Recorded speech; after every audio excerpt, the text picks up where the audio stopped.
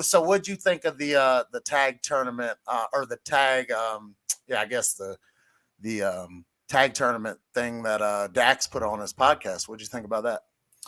That was pretty neat, man. I followed it. My bracket. I didn't fill out a bracket, but I had it in my head of what I was gonna say, and yeah, he busted it like early on. Like there was a team that he put over. I can't remember which one it was, but I enjoy stuff like that, man. Especially because like he chose lots of different teams. Like there were a couple I think I even had to look up. Like, but seeing like the Fantastics and stuff on there, I was like, dude, he really thought about it. Oh, dude, he's always been like that. He's always been like that. Because I know I've told you, like we've come up together. Like he lived with us. We used to literally like study wrestling together, and like he knew all that stuff off the top of his head mostly. I'm sure like the Flamingos one, like I didn't even know nothing about that, but you know what I mean, like that type of stuff. Like he's the type of person to like, man, he really knows all that information, just like at his dude. When he'll talk about a match, not even like just a match he's watched, not a match he's been in, he'll give you like date, location. I'm like, dude, I can remember watching a match, but don't ask me where it happened or when. Right. But I can recollect the match itself. Yeah. So he's always been like that. Like when we first met him, like we're just a bunch of dudes trying to become wrestlers, and he's like, "Did you ever see this?" And mind you, he was always a super cool guy. But when it came down to stuff like that, man, he could. Oh, have you ever seen Brett Bulldog SummerSlam this 80? Yeah. Wait, what? You got the DVD? Let me do it. Yeah. Seriously, man, that's so awesome. If there's anybody in the world that was gonna make it, it was him. No, man, joke. Yeah. I love that guy, dude. He's such a good dude. I'm hoping he's coming to WrestleCade. I haven't seen anything about it, but yeah, I mean, with him being close, I'm hoping he does. If they're smart, they'll get him there again. Yeah, like I mean, I think we need cash with him this time. I know it's Thanksgiving time, so that could be rough. But dude, the two of them together, I mean, as many times as I've seen them, they pack a room. Just the two of them. It's amazing. Yeah, and it's sad that the podcast had to end, because that could have been a destination thing every year for them to do like a live podcast there. I know that was on the table, kind of. They were kind of toying with it to do like a live at WrestleCade. Dax. Yeah, I mean they even mentioned it on one of like the final episodes that they had, because they were like, it's still in the works, but maybe we're in Winston-Salem around Thanksgiving time kind of deal.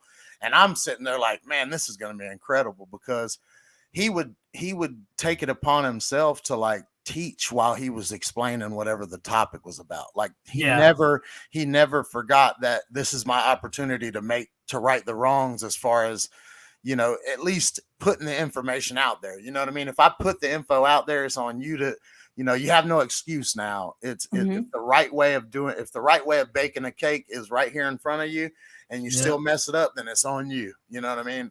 I wanted to make him a shirt, man, that said "That's okay too," because he would just tell you the truth.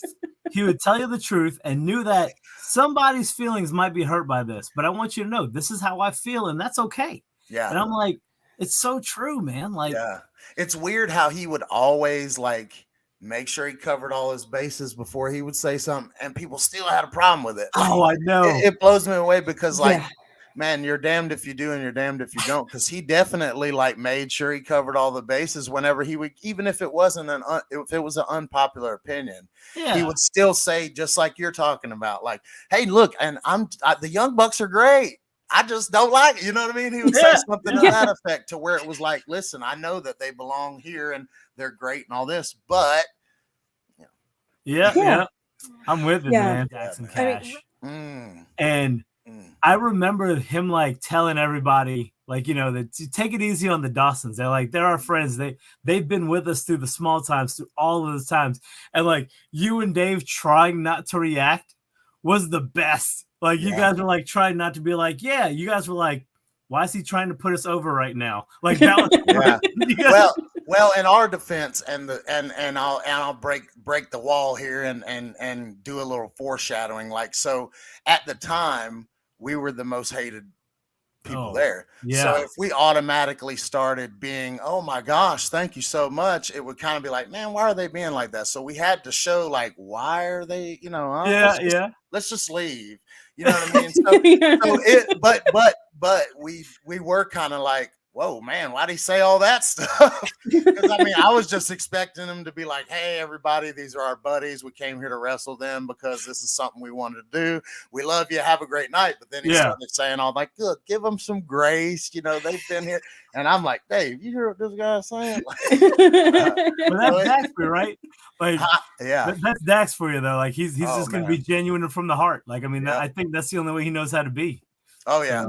His last NXT match was in Charlotte, and we were able to come see him. It was while he was on his little everybody knew that he was getting called up, him and Cash. So they did their last little mid-Atlantic tour because this is all their hometown, obviously. Yep. And when I tell you that it was him, so it sucks because the date right before they came to Charlotte for their last shot, Cash wrestled Kenta or Hideo Itami or whatever, and Kenta broke his jaw, gave him the finish and broke his jaw. So he wasn't able to wrestle. So it was Dax and Bobby Roode on a team against Shinsuke, and I can't remember who they wrestled. I love Nakamura. Anyways, so it ended up being where after the match, Bobby Roode kind of, man, you're a horrible teammate, yada, yada, yada. And then everybody hits Bobby Roode with their finish. And then Casey hit him with a stunner, I think. I'll find the video and send it to you. It's so funny.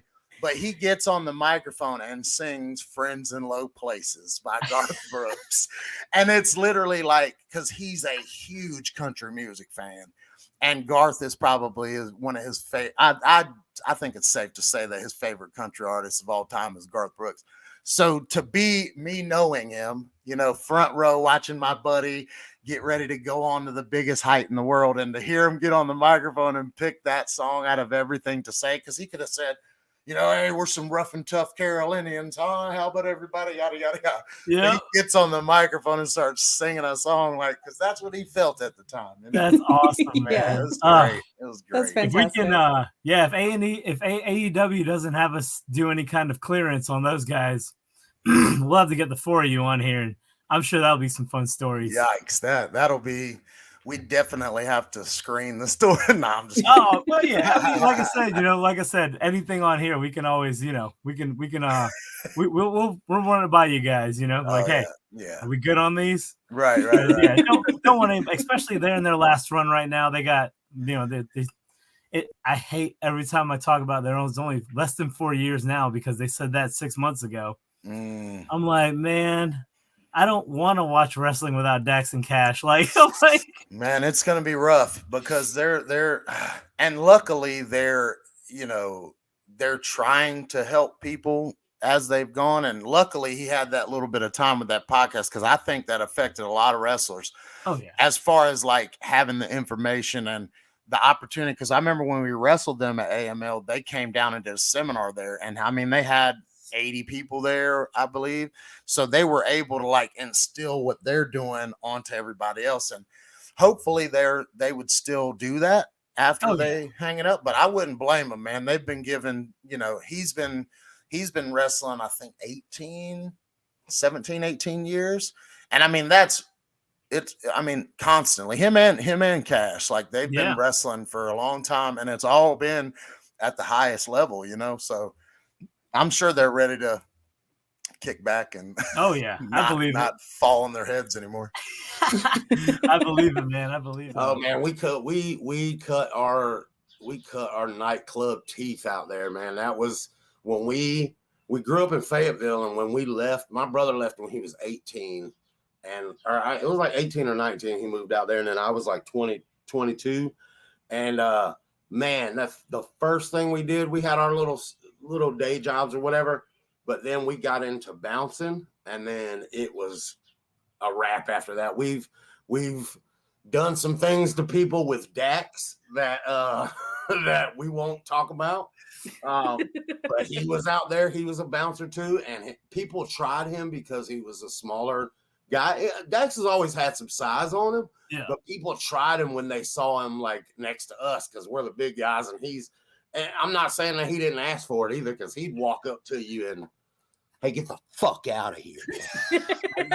Just because he knew that we were, and we were willing to help him too. It wasn't like we were his big, bodyguards and nothing. Like it was just us. It was such a fun time, man.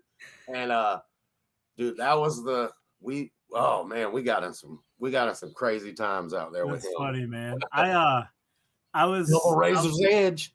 I was taken back when Dax said that he was a DJ for a while. Yes. I was like, dude. He bounced. So we worked at this club called City Limits, and it was a country western bar with a mechanical bull and everything. And that's where we started. That's where we started bouncing, him included. He was a bouncer before he went and was doing DJing. He realized that they were paying the DJ like double what they were paying the bouncers. So he's like, I'm just going to push buttons and play country music all night instead of trying to get beat up every weekend. Like it was such a crazy time, man. We were talking, so like me and Angel, we saw you guys. One of the first time I saw you before my kids was when you guys fought FTR.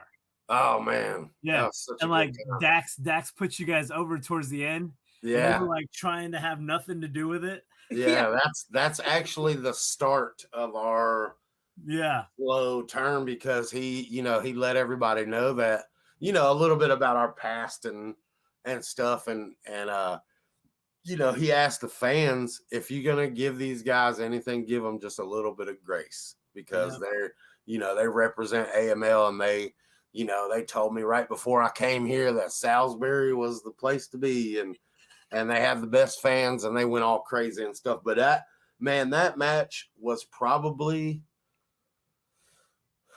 our greatest match that we've ever had, because for one, it was a little bit of nostalgia wrestling with them, because we hadn't worked with Dax since before he left. And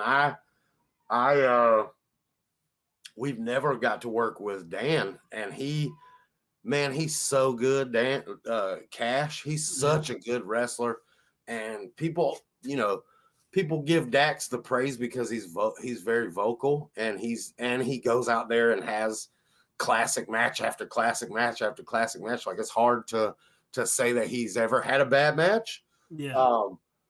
But Cash, man, he is so good. He's so intense, and at the end of that match, we were, like I said at the beginning of this, is that we're like super critical of ourselves, because you're your biggest critic or whatever.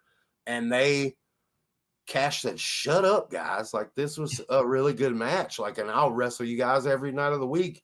And Dax said the same thing, like, because, we text obviously every day or every other day, and it's, oh man, thank you guys for making us look so good, or whatever it was. And, I hope we can say that we got to hang, with you guys in the ring.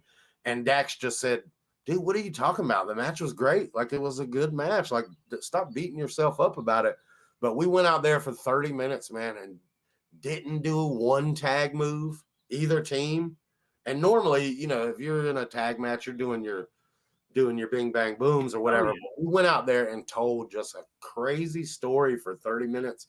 And it wasn't like a blood feud kind of story either.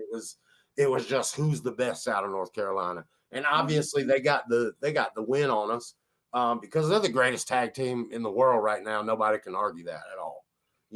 We can say what we want to say about ourselves, but the facts are the facts. They're the greatest tag team. If not the greatest of all time. I mean, they're in the argument for it. You know what I mean? They work so well, man.